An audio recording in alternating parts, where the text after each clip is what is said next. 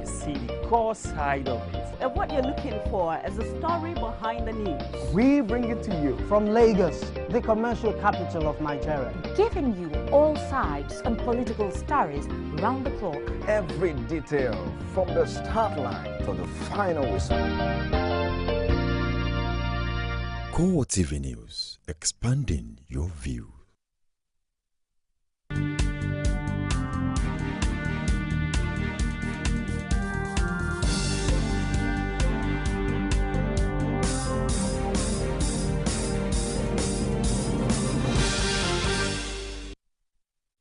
It's a beautiful Saturday morning here in Lagos, and thank you for joining us on CoreTV News this hour. I am Nifemi Oguntoye. The People's Democratic Party has cleared former chairman of the Economic and Financial Crimes Commission, EFCC, Nuhu Ribadu, to seek the party's ticket for the October 11 governorship election. Also cleared to contest at the PDP primaries are Buba Marwa and Marcus Gindiri. The three politicians were former members of the All Progressives Congress who had sought a waiver to be allowed to contest for the PDP ticket. In all, 14 aspirants were cleared by PDP to participate in the September 6 party primaries. Meanwhile, the Kwara State chapter of the People's Democratic Party has alleged a display of gun power by both youth and elders of the ruling All Progressives Congress in Ajashepo, Irekodun local government area of Kwara State.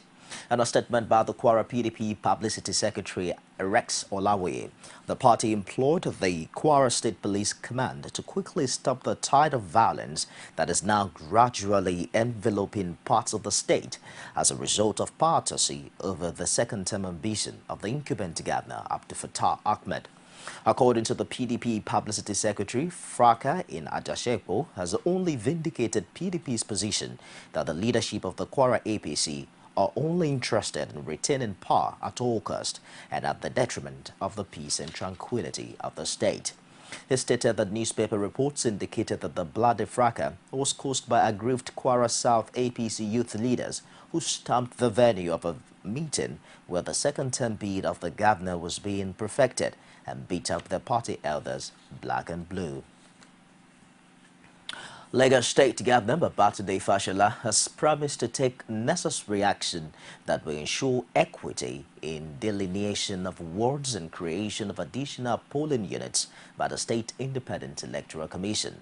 Fashola made this known while receiving the reports on investigation on delineation of wards and creation of additional polling units from the chairman of the Lagos State Independent Electoral Commission, Abdul Fattah Adeyinka. The LASIEC boss explained that the state will further involve citizens in all parts of Lagos to participate in the process of electing their representatives. Every state, every country, every community is a continuing work in progress. And so new towns, new communities spring up, sometimes in what used to be forests. Areas that used to be rural become rapidly urbanized. People move there. And so it is not just enough to build roads, to build schools, to build hospitals there. It is also important to ensure that those people who have moved into new communities, who have built new estates, have an opportunity to participate in how decisions affecting their lives are taken. And this is the guarantee of participatory democracy in our state. For his part, the LASIEC boss says the report is the result of a stakeholders forum held in 2010, which was later aborted for the 2011 general elections. He noted that the report, if adopted, will assist INEC in conducting elections without any hitch. One is to go in the log of this exercise, while the other one is to stay in the office, just take biro and pen and paper. How many words do we have now? Then we start delineating. No, we believe we should go into the field and base our report on empirical facts, which is what we have done. The United States has assured Nigeria of support towards a violence-free general election in 2015. American Ambassador to Nigeria James Ntwisu disclosed this during a visit to the leadership of the All Progressives Congress in Abuja. He expressed concern over the security of electorate in the Northeast as the general elections draw close. Ntwisu says Nigeria can have a peaceful election if politicians agree to work for peace.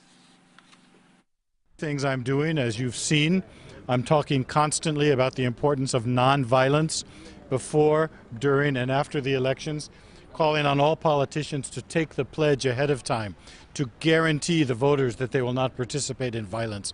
I think that's very, very important. I know that the media joins me in this, and I think there's a big role for all of you in the media. If a politician comes and he wants to be on your radio station or your TV station, make him take the nonviolence pledge if he wants to use your station. That's something very, very important that the media can do. So my country stands for elections and democracy around the world, and we're doing everything we can to help here.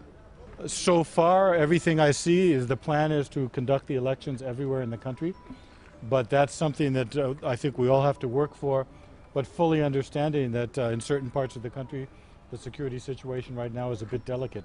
But I think we have to work towards that.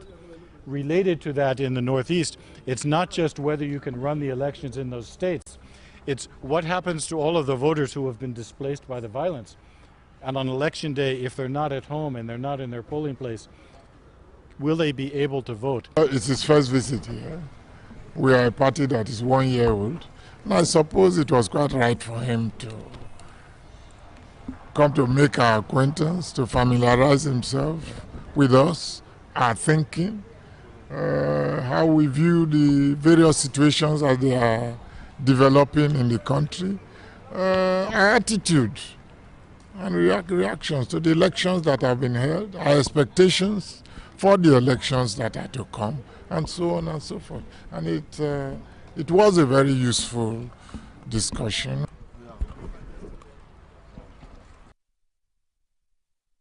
Nigeria now generates 4,500 megawatts of electricity. Find out details of that story shortly after this break.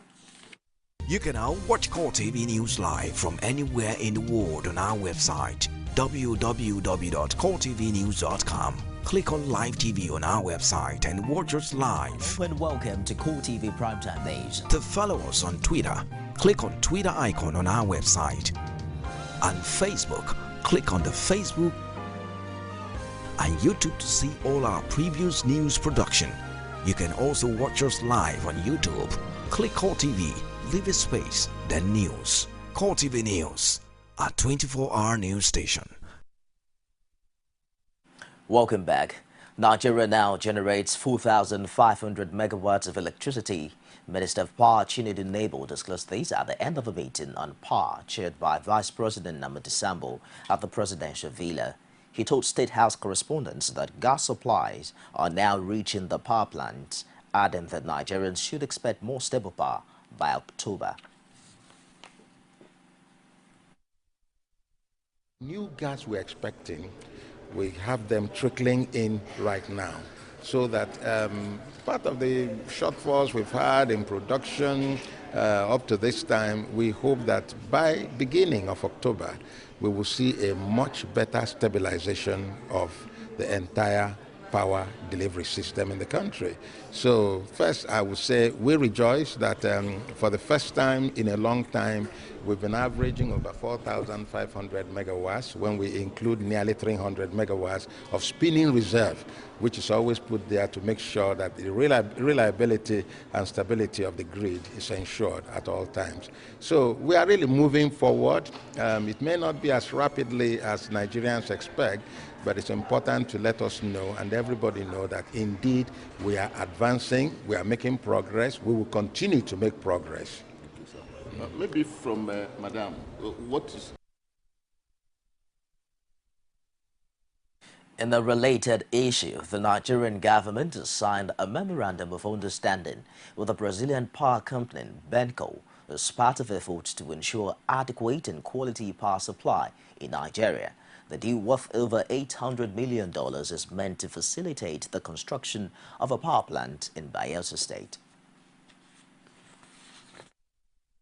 Of Brazil and the Nigerian government signed a memorandum of understanding, and that memorandum of understanding was aimed at bringing into Nigeria Electrobras to help Nigeria develop as much as 10,000 megawatts of power for our people.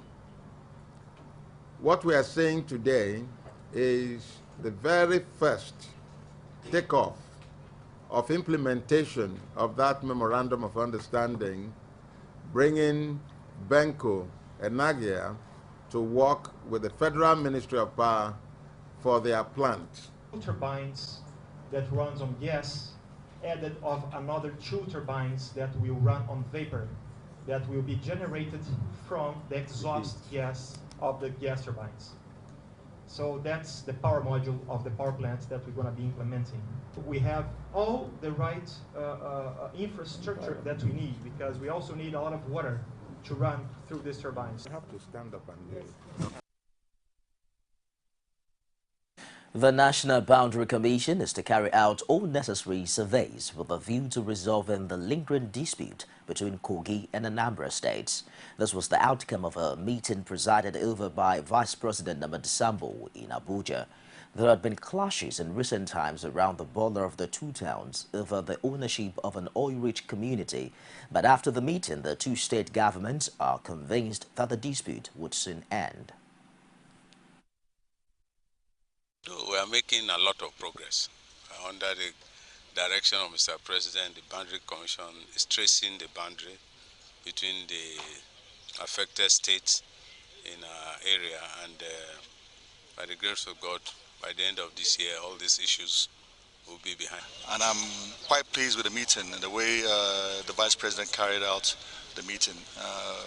He basically gave directives to the National Boundary Commission to set a date to do all the necessary surveys and establish the boundary between us and the Kogi state. And I believe in the near future things will be sorted out. The federal government has lifted the ban placed on residency training at all federal hospitals nationwide.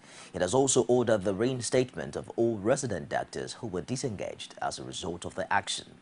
Health Minister Onyebuchi Chukwu says all chief medical directors and medical directors of the training centers have been directed to issue letters of reinstatement to the resident doctors to enable them resume work immediately.